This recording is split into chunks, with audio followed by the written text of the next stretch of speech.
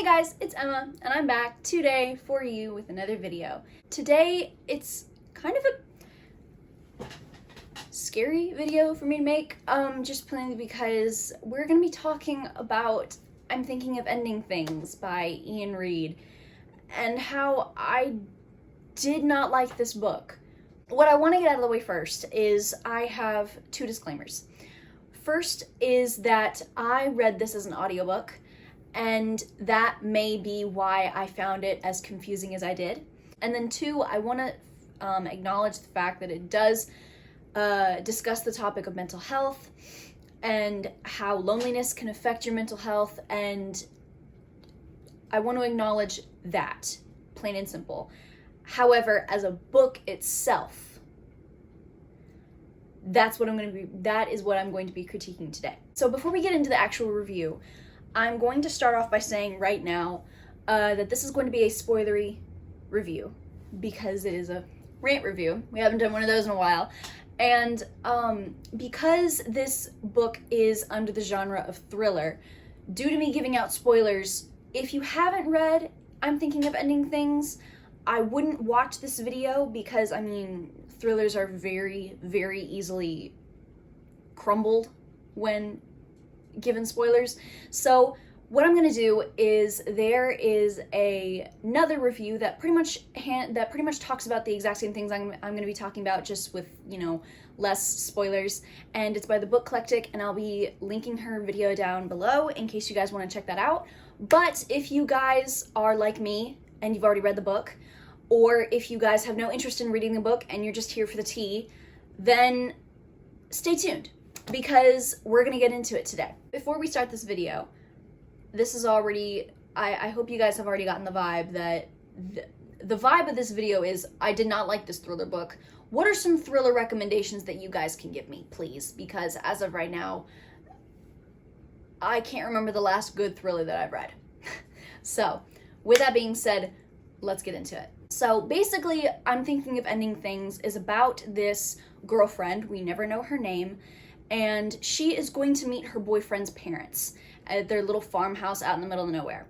Meanwhile, it's got a really bad snowstorm going on, and then after they meet his parents, they end up going to like this very derelict school, and she ends up being trapped there and facing some weird shit.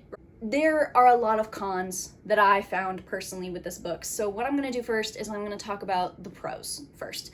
And I'm going to be talking about the movie adaptation later on in the video. So the pros for the movie adaptation will be, you know, when we talk about the movie. So, the pros with the book.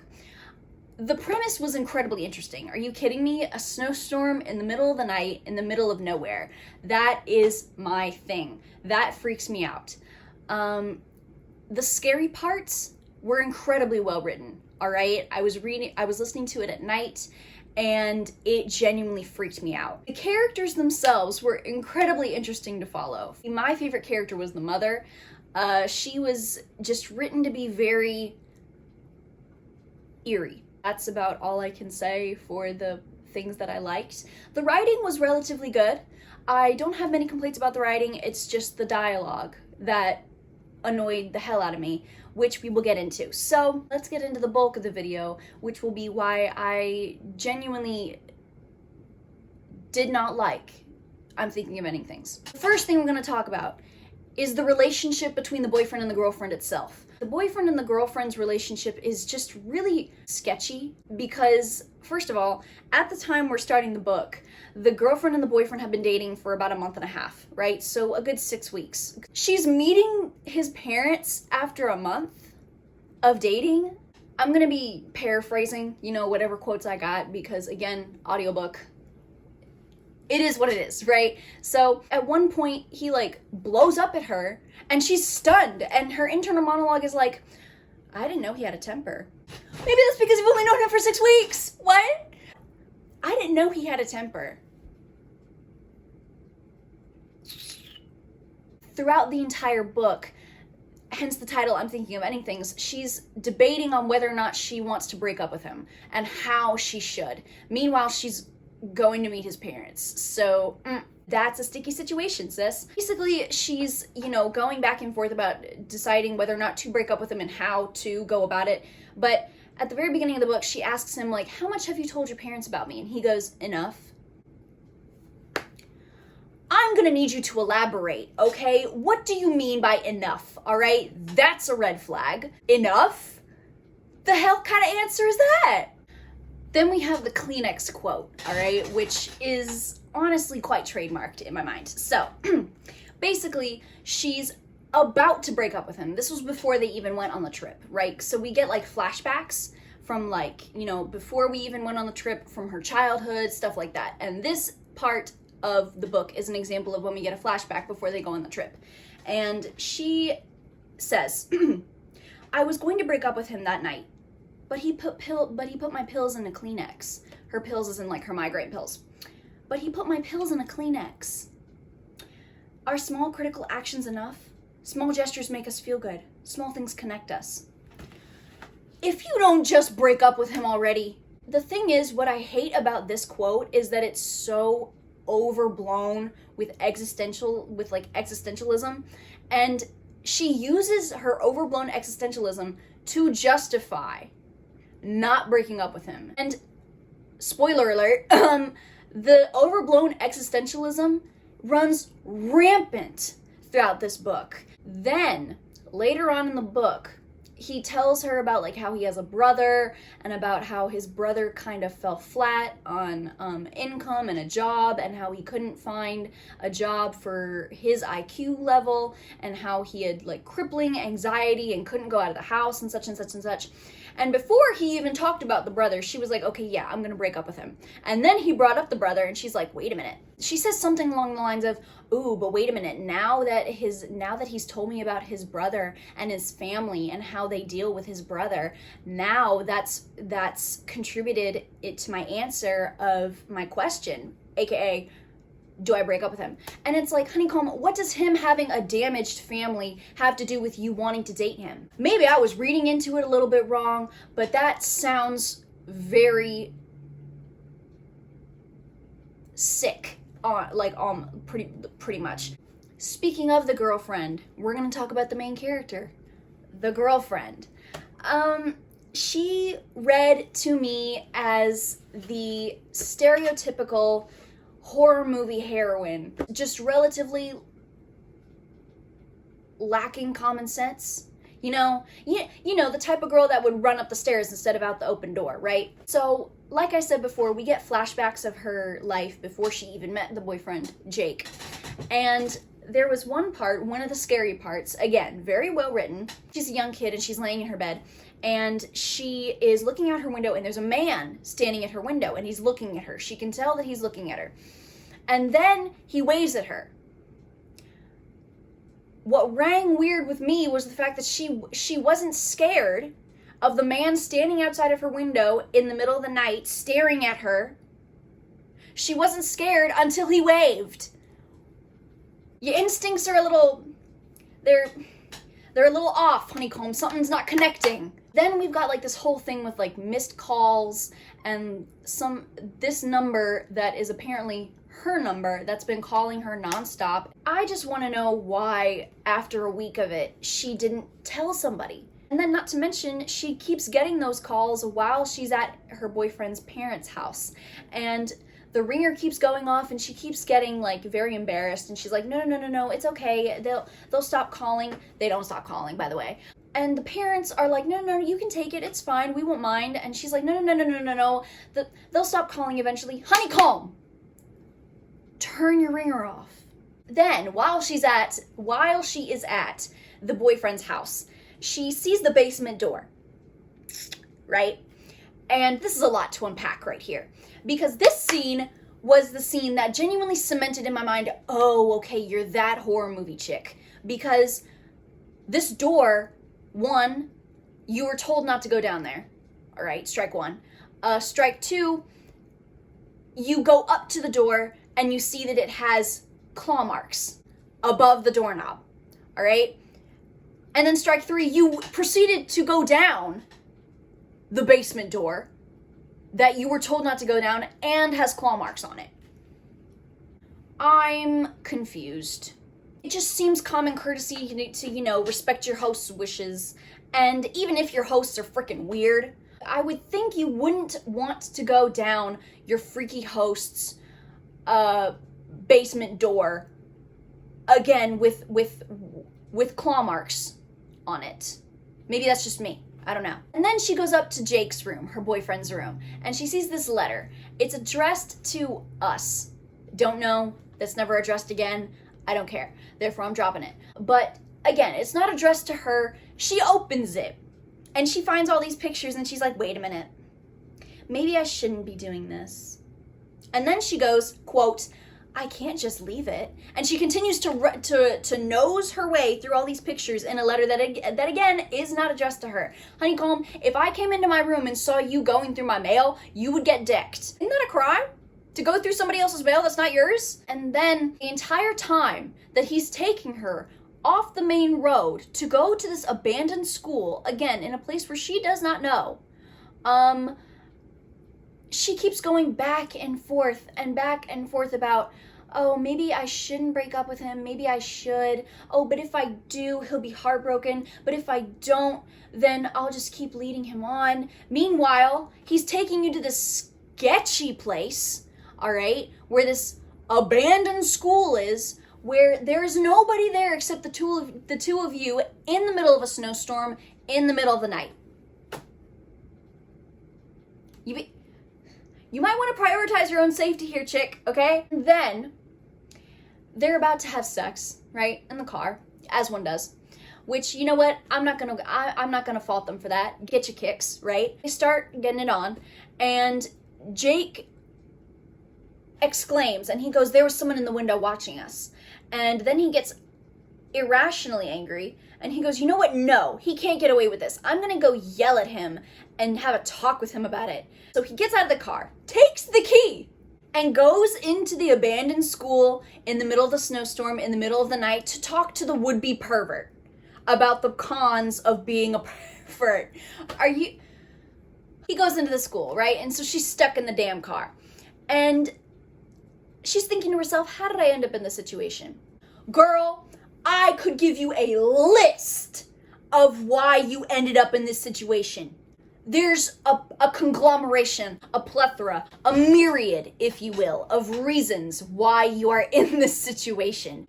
That made me laugh. That made me laugh when I heard that in my ear. What kills me even more is the fact that, you know, she starts talking about, like, in her internal monologue, she starts talking about how Jake described the man.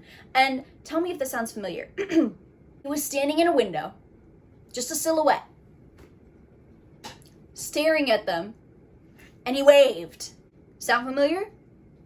Well, apparently it didn't to her, because she did not make the connection between the man, the would-be pervert, standing in the window in the abandoned school, and the man standing at her window at her childhood.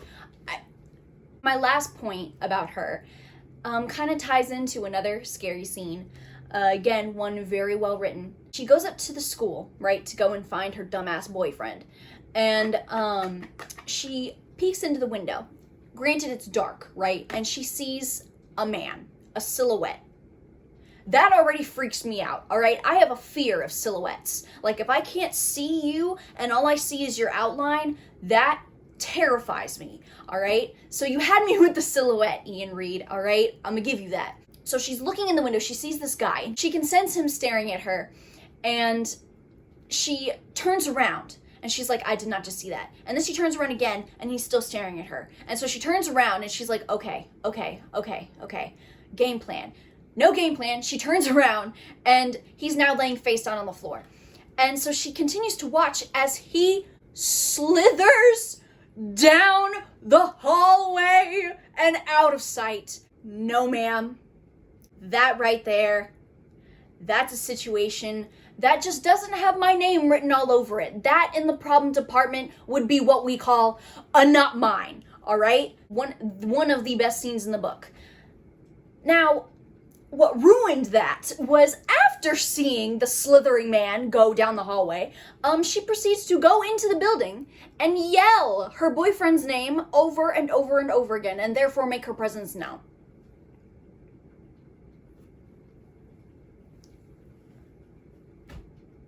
You can't make it up. The ending I was very confused by the ending until I had to look it up. Now, again, it may be the fault of the audiobook, which I can completely understand because the narrators changed. I didn't understand why the narrators changed. Basically, the ending is that the janitor who worked at said abandoned school made everything up. The parents that we met earlier in the book, they've been long dead. The boyfriend is a kind of a personification of the janitor's younger self. And the girlfriend that we've been following along the whole time is another personification of probably one of his past dates. I didn't really look too much into that. Everything was made up.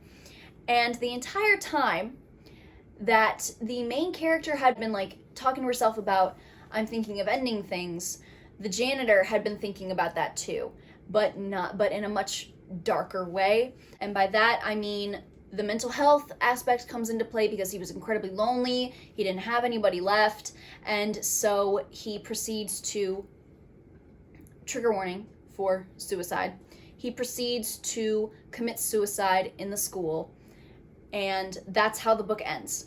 It didn't feel to me like a satisfying ending. Book aside, now that we've done it, things that still don't make sense. The man outside of her window when she was a child, the missed calls, and then the ice cream girl, because before they even go to the school, they stop by like this Dairy Queen type thing, and there's like this girl who stops the girlfriend, and she goes, I'm worried for you. And the girlfriend's like, what? And the Blizzards girl's like, I'm worried. You don't have to go with him. And it's like, Miss Girl, I'm gonna need you to elaborate a little bit. What do you mean I don't have to go with him? And apparently that's a figment too. So those things still don't make sense to me.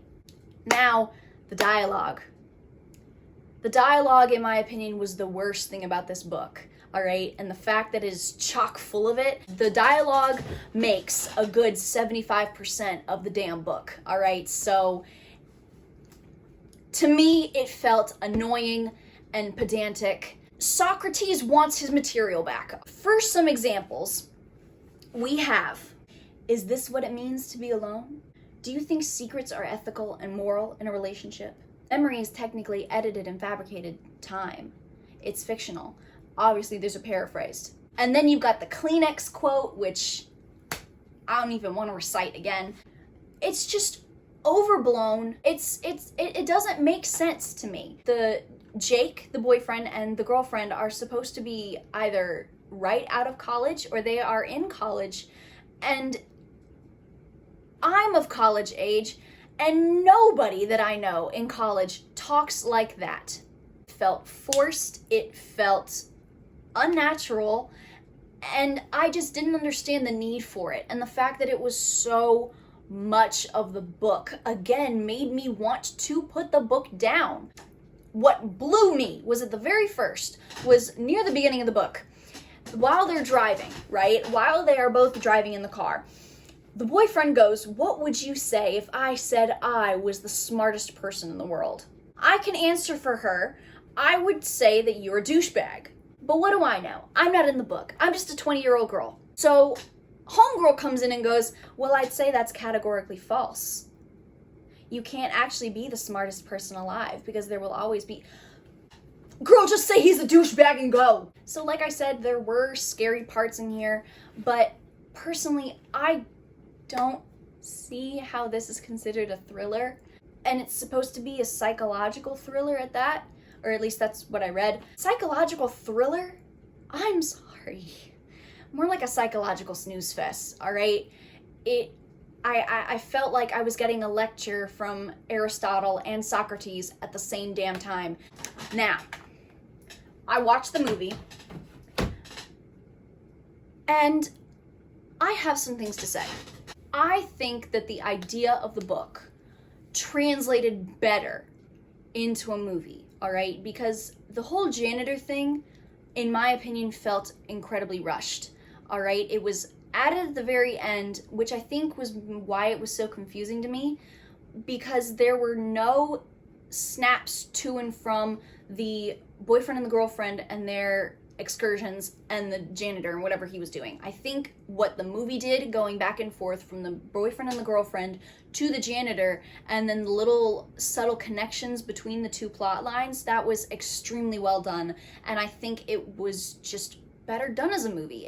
There are just certain things that are easier to translate into movies than there are into books, and vice versa. And that's just a fact. The ending of the movie, I can honestly say, was done worse than the book. I could at least gather from the book's ending that the janitor killed himself, right? The ending of the movie, however, was much more confusing, and I never thought that would ever happen.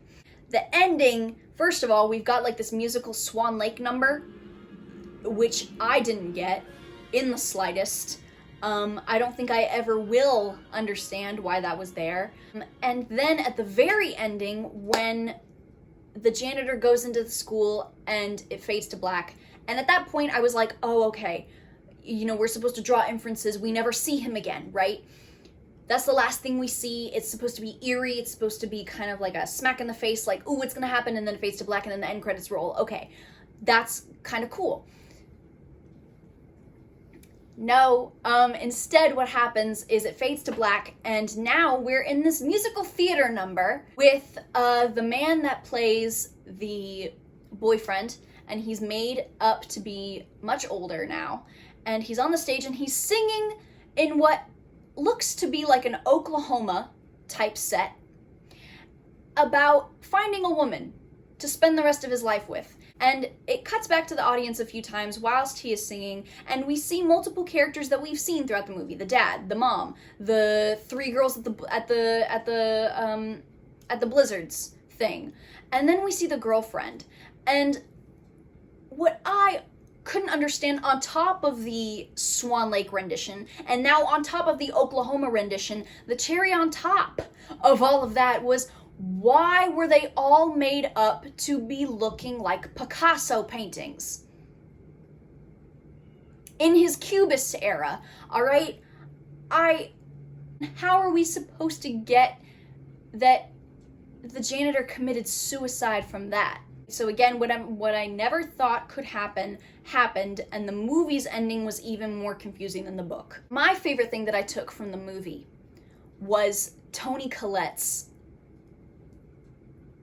portrayal of the mother. All right, the mother in the book was my favorite character, and the mother in the movie was also my favorite character because Toni Collette is an amazing actress, and she played that woman to a T.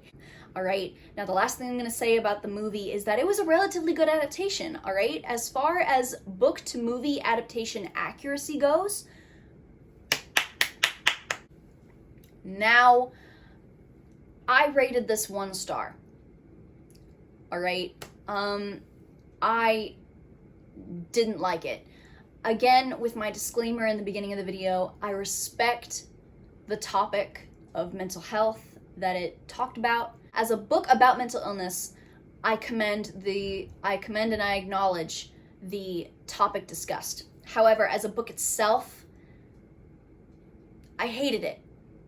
All right, I genuinely did not like it. Either the book nor movie endings made sense. One just made less sense than the other. So, you guys, that's the end of the Rant review. I hope you guys enjoyed. I hope you guys can take away, you know, some camaraderie if you thought you were alone in not liking I'm Thinking of Ending Things, or maybe some security and assurance that, hey, I was thinking about it, but now after seeing this, now I kind of want to steer clear. All right, so again, with everything that I talked about, it's completely subjective. Everything is subjective, but this is just how I felt about it all. And with that being said, I will leave the Bookclectic's video down below, along with all the other links, and I hope you guys are staying safe, and I hope you guys have a good rest of your day, and I hope you guys get to read some really good books, myself included.